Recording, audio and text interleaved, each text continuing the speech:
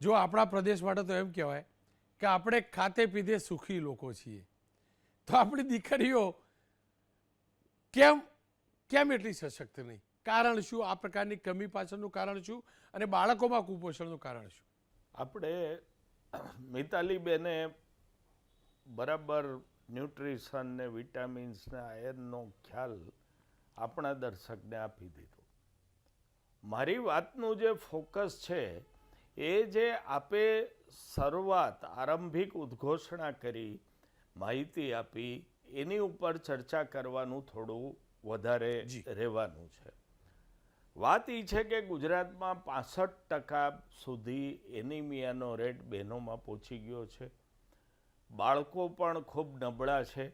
આપે જે આંકડાઓ આપ્યા તો એ ગુજરાતના એક આખા પટ્ટાના 70% 72% સુધીના બહેનોને એનિમિયા છે. સરકાર જ્યારે આટલી સારી યોજનાઓ બનાવી ચૂકી છે ત્યારે આવું કેમ?